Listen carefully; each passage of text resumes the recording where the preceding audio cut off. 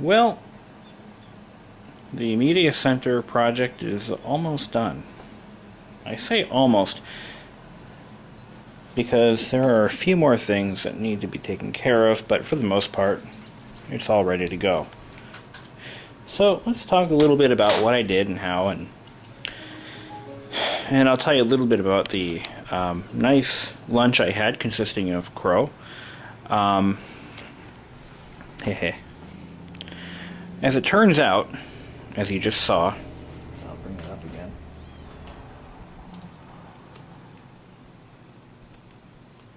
Oops.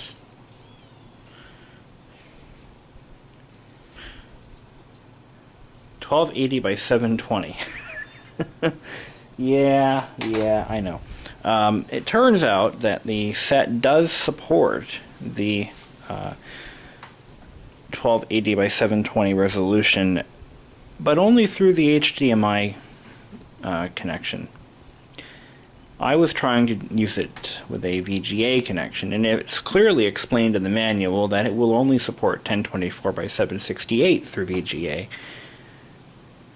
And that was why I didn't really bother pursuing going with a higher resolution. Well, as it turns out, I bought an extra HDMI cable, and just for this project, so I decided to go and use it.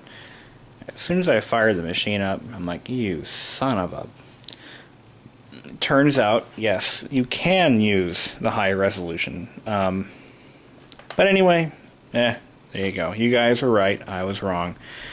I thought it was low. I thought maybe because the TV was not really the best model available at the time.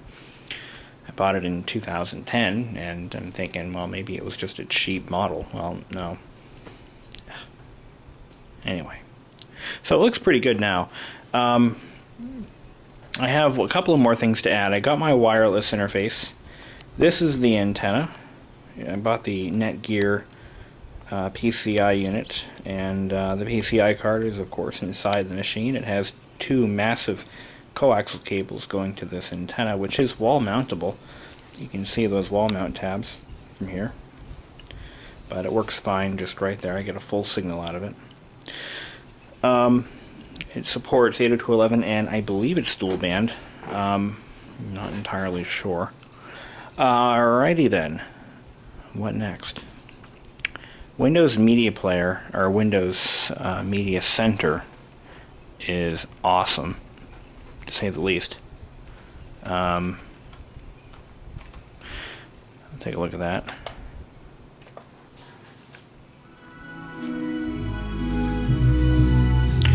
All day I've been basically ripping my DVDs using, I probably should have showed you that first. Well, it was on the screen, but I'm using a program called DVD Magic, or Magic DVD. It is not a free program, but you get a 5-use free trial out of it. I downloaded a couple of them just to try them. I even tried Handbrake. I really liked Magic DVI though, or Magic DVD. I just liked the interface. I liked the simple functionality of it. It just plain works. Years of using Apple products have turned me into a I want it to just work kind of guy, which is a bad thing, I know. If I wanted to complicate things and make it more of a nightmare, but very interesting to do, I would have installed Linux, and one of the many hundreds of versions of Linux around, and just did it the Linux way. But because I just like things to work, and I don't know Unix very well, I went the sucker way out, and I actually paid $35 for Magic DVD Ripper. You know what? I'm okay with supporting a programmer. I guess the company's based out of the Netherlands. You know, because nothing like that could be made in this country because of probably copyright reasons. And we're all just a bunch of copyright following lemmings. So let's see here. Magic DVD Ripper BBISHOPPCM. They have a variety of different utilities that you can purchase. Nothing's free from this company. But they have a DVD ripper, which is what I bought, a DVD copier, and I think they had something else too, but I guess that's it.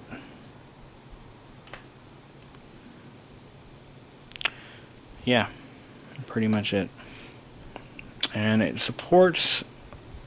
I haven't really played with it much. I think it'll do more than just AVI files. Yeah, you can output it to different, just like Handbrake does. Disney Mix Max Player, iPad, iPhone, iPod, Kindle, Motorola Droid, MP3, MPEG-2, PS3, PSP, smartphone, VCD, Windows Media, and there's more. Wow. iPod Touch, Archos, Zune, for the 5 people who still own Zunes, Samsung YPP2, Philips Go Gear, Nokia N96, and many more. Wow. So it does a variety of different formats. I'm just doing AVI files for now. Just because I'm a boss. Yeah. Anyway, I just ripped. The last one I did was Spanglish. It took about 40 minutes to rip the file. So what I'm doing now is I'm ripping my entire DVD collection into the new 500 gigabyte Western Digital hard drive I installed, and I'm going to fill that up, more than likely. So I'm making legal backup copies of all of my DVDs, or in this case, backup files. And I've got the Back to the Future trilogy on there. That was important. I had to have that. So my goal here is to get all these ripped, be able to box them up and put them in storage. That's what I want to do, so I can get this gone. I don't use it for anything else. I'm going to just take this away and maybe move the TV against the wall. That's the way it's going to be. The VCR, probably going to go back in storage. I'm not throwing it away. It still works. Nevertheless, here we go. I have Netflix, so I have the Netflix plugin installed. It's a great plugin, with one major flaw. It doesn't appear that I can actually search by genre. So if I want to search for horror movies that I haven't even heard of yet, I can't do that. I can do that on my Samsung Blu-ray player, which I have to make a review of that thing. That is the biggest piece of junk I've ever owned. But that's not what this is about. You can't search by genre. You have to search by title or by whatever's in your queue. So it really means is you have to log into your Netflix account on the web and then build your playlist. But I don't like that. I'm happy to have what I have, but just one more thing to gripe about, because I love to complain. I am an American after all. Another cool feature that I wasn't aware of until I accidentally found it by clicking on that button is that the Internet TV plugin that's built into Windows Media Center. This is what I feel the future of content delivery will be. Be it on a desktop, a laptop, or a set-top box. This is how we're all going to be watching television 5 to 10 years from now. There will be no cable packages, because cable packages are a joke, as we all know. Until cable companies offer an a la carte service, I won't subscribe to them. You know, I don't feel like paying $60 a month to watch 2 channels, because that's all I watch. So, sorry Comcast, but get with the times. Anyway, I feel that in the future, everyone will have a high bandwidth connection to their home. I say everyone, I mean a majority of the TV watching American populace. And they'll be using something like this.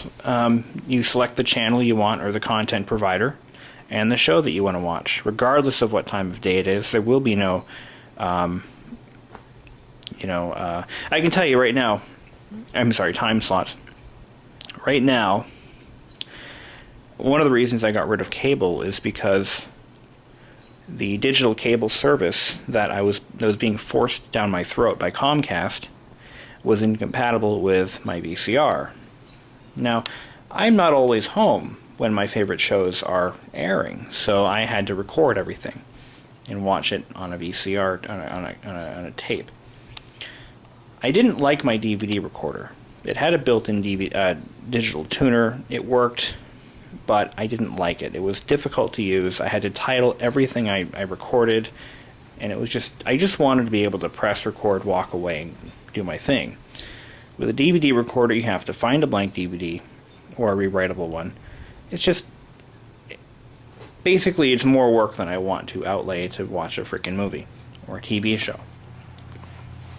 Not only that, but a decline in the quality programming this day and age has made it harder for me to justify even owning a television.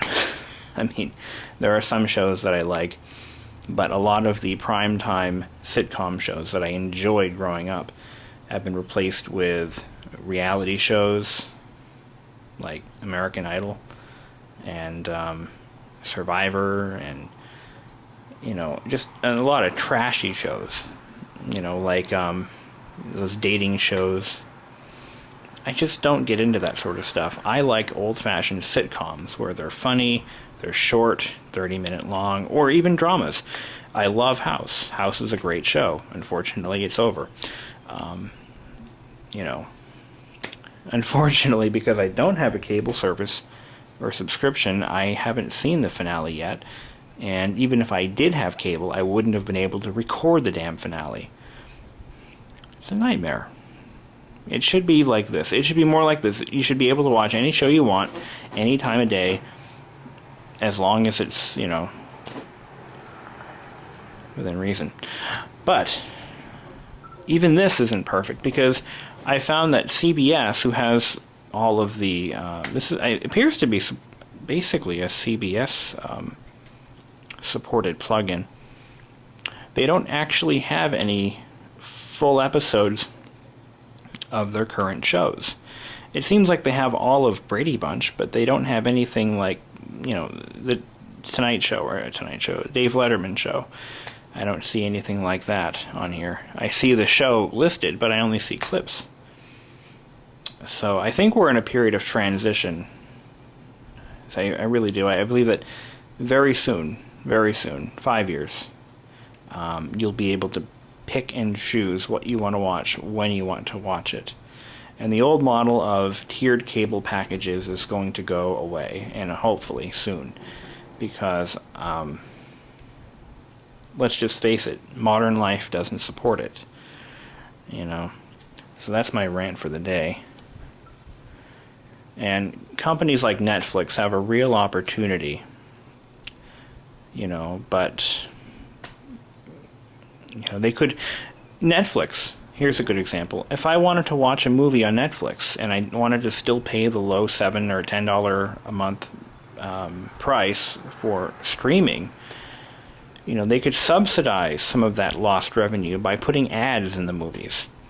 Personally, I wouldn't mind watching a few ads if it meant I can watch a movie for next to nothing. And there's a lot of opportunity there, but people don't like ads, so the service will continue to suck as the company tries to squeeze as much money out of their enterprise as they can without raising subscriber fees.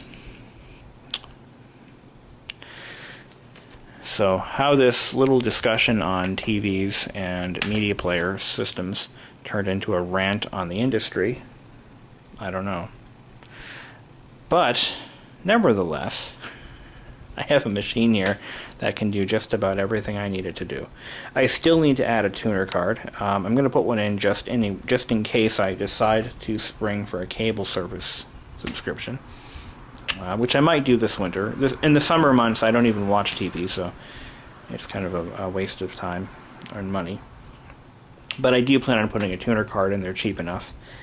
And I'm not planning on doing any other hardware changes.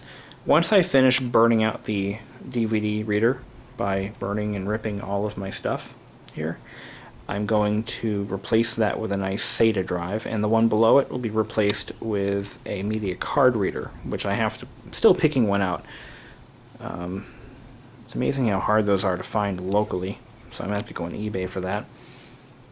And I might even add another hard drive to it for RAID purposes. I want to RAID my media drive, and that way if a drive failure occurs, I'll have a backup. So anyway, thanks again, guys, for the encouragement and comments, and let me know what you think about, the future of content delivery. It's a very interesting subject because there are so many viewpoints and so many ideas as to where we could go with this. I mean, we have the technology right now to where tiered cable packages are completely obsolete. They don't need to exist anymore. You could pay a one subscription fee, I suppose, $15, $20, $30 a month, and pick and choose what you want to watch. And the benefit of that, well, I guess that could be a downfall too. Let's say there are, 2% of the cable watching population normally watches a show called Making Pizza with Lucy. Hey, whatever. People watch the dumbest things. So, cable companies, or more specifically the content provider in this case, is going to gauge customer reaction based on, because they'll be able to tell exactly what you're watching and when you're watching it. And they can tailor their suppliers of content accordingly. And then they're going to say, well, you know what, we don't want to pay for the smaller used shows, or the smaller used programs. Sort of like Nielsen ratings, in a way, but on a grander scale. So, the 2% of the people who watch Making Pizza with Lucy are going to be in for a rude awakening when that show gets replaced with Building Monster Trucks with Lenny. Okay? Because demographics show that more people like monster trucks than watching an old lady make pizza. I guess it's supposed to work that way now. But, yeah, you know what? I guess that's a completely moot point. And I need to go back to the drawing board on that analogy. That's a pretty cool design. Anyway. Well, I better upload this before I decide to not upload it. Alright. Yeah. I made a beautiful review of this keyboard. I can't find it. I have to make a new one. Damn it! Anyway. Well, until then, thanks for watching.